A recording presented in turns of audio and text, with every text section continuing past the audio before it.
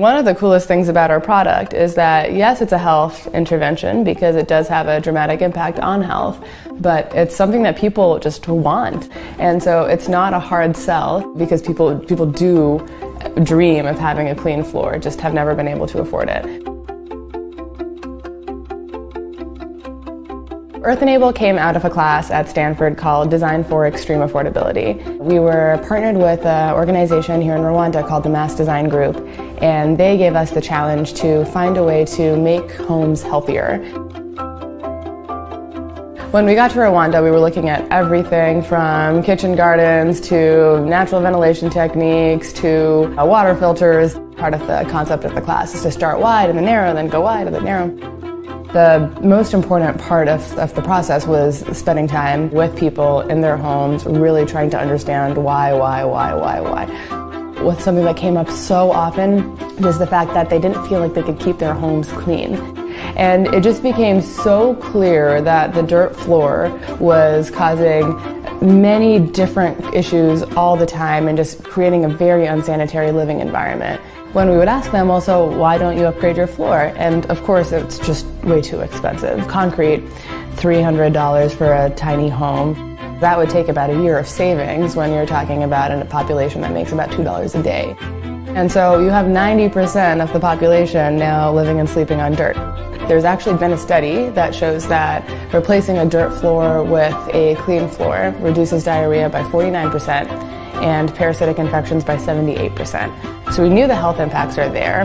Meanwhile, this is basically a one-time intervention that lasts then for the entire lifetime of the house, and people wanted it. And it requires no behavior change.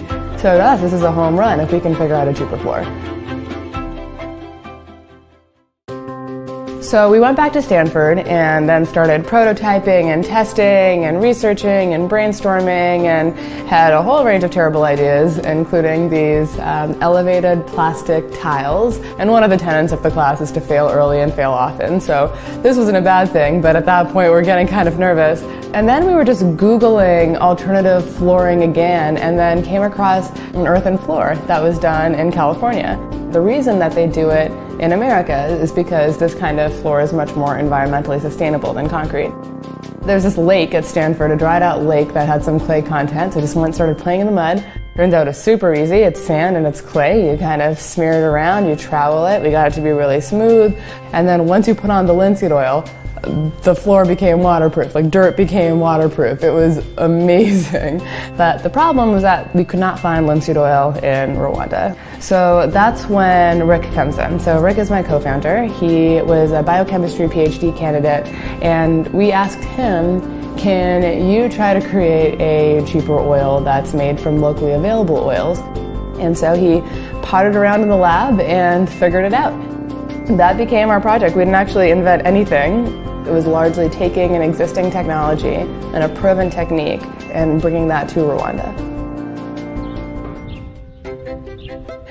In Rwanda, Earth Enable is known as Tubeheza. That's our local brand. Tubeheza means living well. Living well, living beautifully. Okay, the process of making a floor is really simple. We start by leveling out the floor and making sure that there's a nice 2-degree angle for the water to flow out. After that, we then put a layer of laterite and compact it. Laterite is this clayish soil, rocky material that's all over Rwanda. Once we have a stable base and get a flat surface, we do the finishing.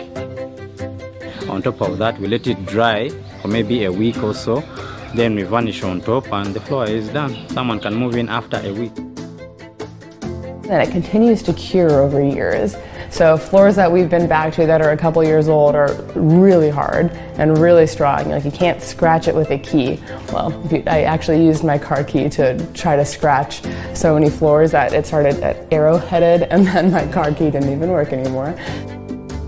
Earth Enable's culture is very collaborative. Everyone from a mason to a sales rep to a driver might have an idea, and a lot of those ideas actually have gotten adopted. We've really found ways to leverage the collective knowledge within the company to serve our customers better. We're trying to work with our customers in a way that we don't want to see them as beneficiaries, but instead we want to work in line with them. We have an open line for them to call us 24 hours, which is free for them. We do a lot of follow-ups with our customers to understand how is the process of the installation of the floor, but at the same time, what suggestions that you have that we can do better in our next customers that we meet.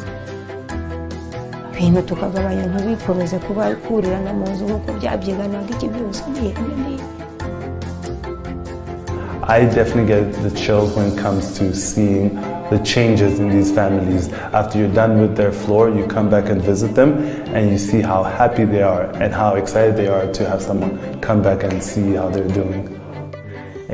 Ubwo rero muri make tubeheza nakoranye nayo neza cyane nuko umukuru w'umudugudu ashinzwe kurebera abaturage be iterambere ry'imibereho myiza icyabavana ahantu habi kikabajyana ahantu heza. Iyo niyo nshingano ndumva duhuriyeho na tubeheza.